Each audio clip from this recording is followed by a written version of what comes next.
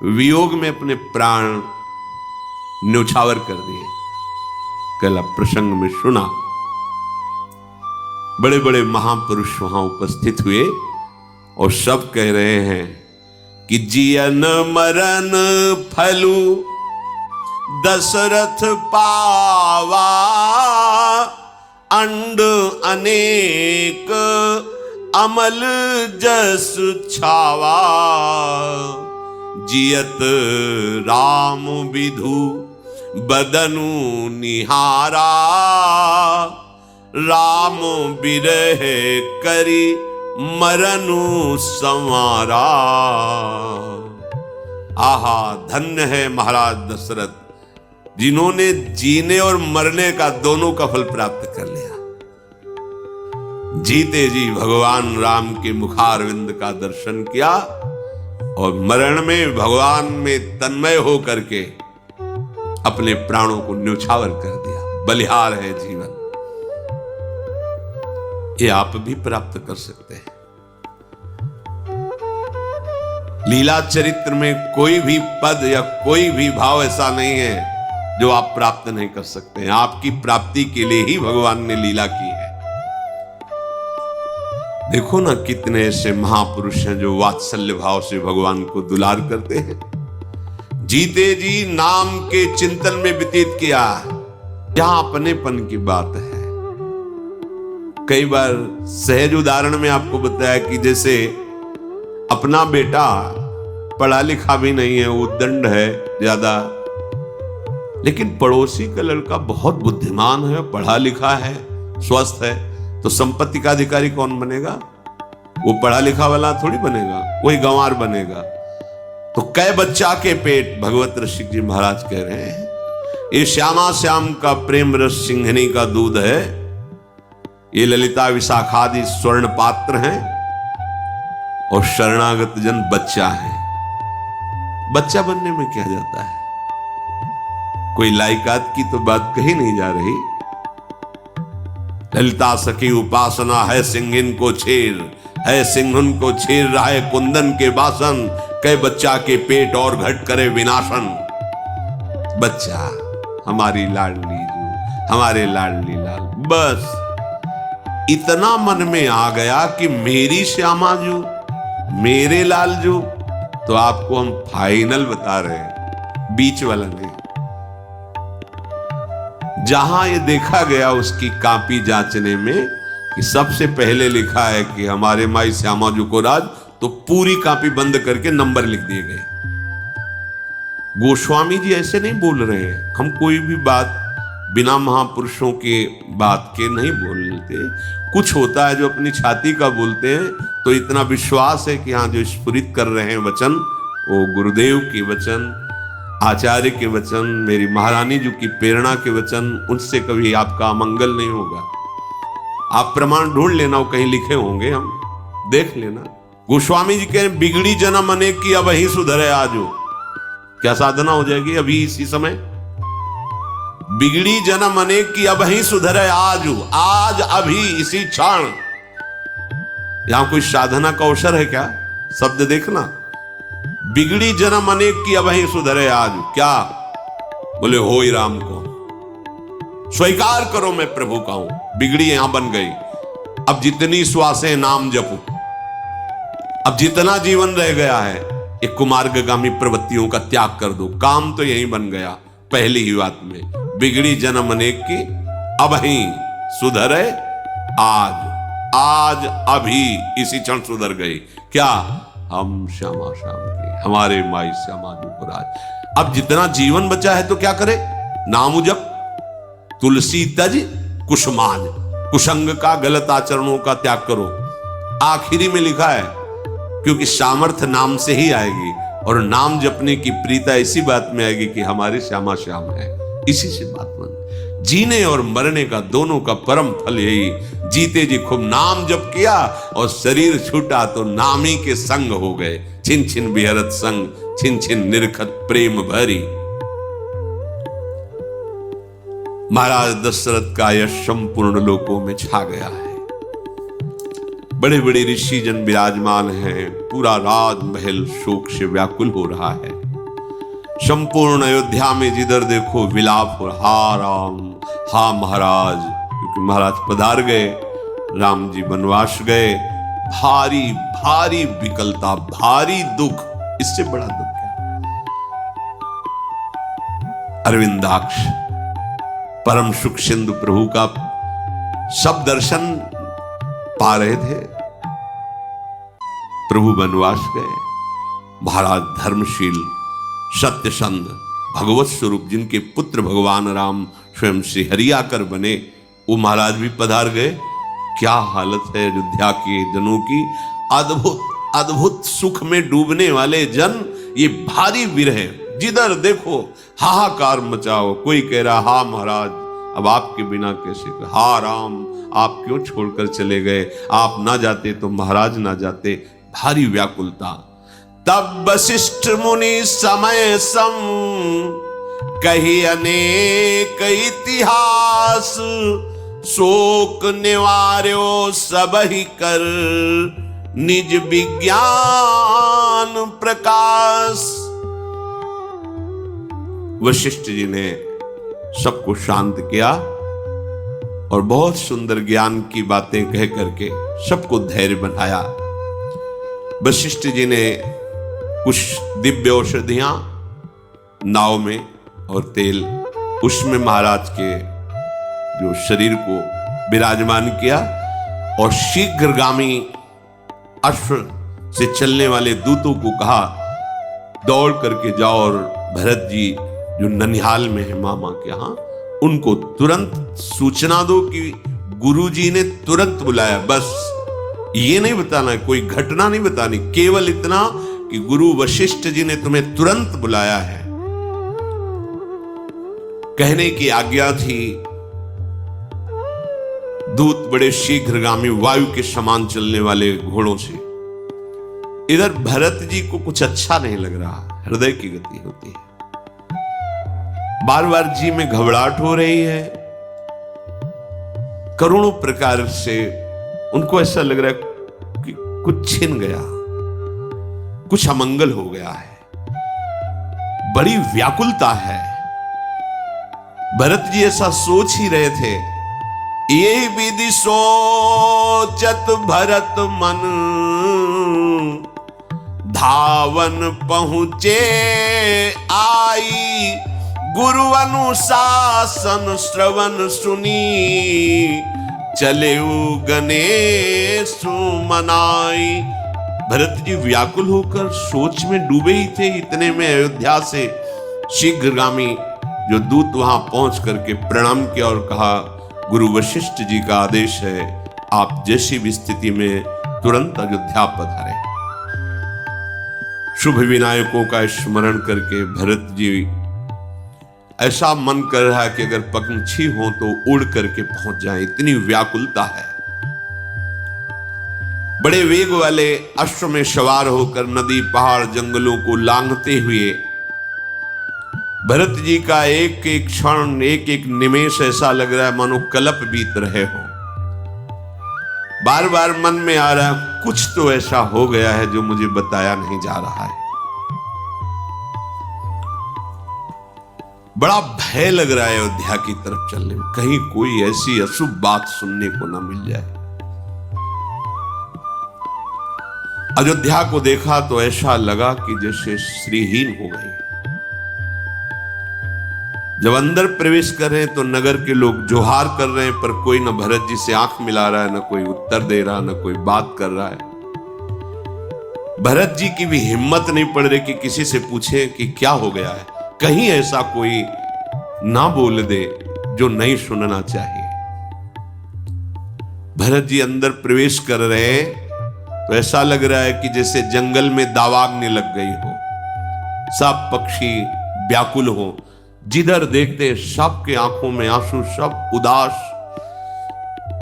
एकमात्र कैकेयी मुस्कुराती हुई आरती की थाल सजा करके आगे आई। भरत जी को इसी में शंका हो गई। संपूर्ण अयोध्या अश्रु से युक्त और उदासीन, और माता मुस्कुरा रही, आरती लेके आ रही। भरत जी को ऐसा लगा कि मानो मेरा सर्वनाश इसी आरती में छुपा हुआ है। ये मंगल आरती नहीं है, ये महान शोक की आरती, क्योंकि पूरी अयोध्या शोकित और मां हर्षित। कोई न कोई कैकेयी नजदीक आई और कहा, बेटा तुम उदास क्यों हो रहे हो? मेरे नैहर में कुछ बिगड़ तो नहीं गया है? यहां महाराज पधारे पड़े हैं। बड़ी विचित्र लीला भगवान की है। जैसे जहरीले सांप में मणि विराजमान हो तो मणि सांप के जहर का नाश करती है, मणि पर जहर का कोई प्रभाव नहीं होता। ऐसा ही कुछ है। भरत जैसी प्रेम मणि कह रही, मेरे नैहर में क्या कुछ अमंगल हो गया क्या जो तुम उदास हो? भरत जी को लगा चलो यहां तो सब कुशल है, क्योंकि अगर यहां कुशल होता तो मां पहले बताती कि उदास मत हो, ऐसा होना था, हो गया। लेकिन उधर का पक्ष पूछा, मतलब इधर सब ठीक है। तो थोड़ा साहस भरत जी के हृदय में आया और कहा, उधर सब कुशल है, सब स्वस्थ हैं, सब मंगल है, पर मां क्या यहां कुछ अमंगल हो गया है क्या? महाराज श्री कहां है और माताएं कहां हैं? तुम अकेले महल में, और मेरे प्राणाराध्य राम लक्ष्मण सिया कहां है? क्योंकि मेरा आगमन सुनकर प्रभु रुक नहीं सकते थे, वो जरूर बाहर निकलते। कहां है प्रभु? अब थोड़ा सा लीला की कैकेयी जी ने नेत्र थोड़ा उदास करके, इसमें तो बहुत ही कटु वचन, सुनि सुत बचन स्नेह में कपट नीर भरि नैन, भरत श्रवण मन सूल सम पापिनी बोली बैन। ऐसे जो भरत जैसे पुत्र को प्रकट किया, थोड़ी सी बुद्धि कुसंग में हो गई मंथरा के, तो आज शब्द उनको कैसे बोले गए? पापिनी। उदासी थोड़ी प्रकट करती ही कहा कि तात तुम्हें उदास नहीं होना चाहिए, मैंने सारी बात संभाल ली है। बेचारी मंथरा मेरी सहायक बन गई, नहीं तो हम तो डूबी जाती। थोड़ा सा शोक का विषय कि महाराज पधार गए। ये बात सुनते ही भरत जी तो मूर्छित होकर गिर गए। मेरे महाराज पिताश्री पधार गए, मूर्छित होकर गिर गए। बहुत व्याकुलता और बार बार हा पिताश्री, ऐसा क्या हुआ कि चलते समय मैं आपको देख नहीं पाया? पिताश्री, क्या मेरा इतना सौभाग्य नहीं था कि आप मेरा हाथ प्रभु श्री राम के हाथ में देते और मुझे जीवन भर सेवकाई का आदेश करते, फिर पधारते? धैर्य धारण किया, संभल कर बोले, कारण तो बताइए माता, पिताजी के पधारने का कारण क्या? क्योंकि जब हम यहां से गए थे पिताजी पूर्ण स्वस्थ और प्रसन्न थे, पधारने का कारण क्या?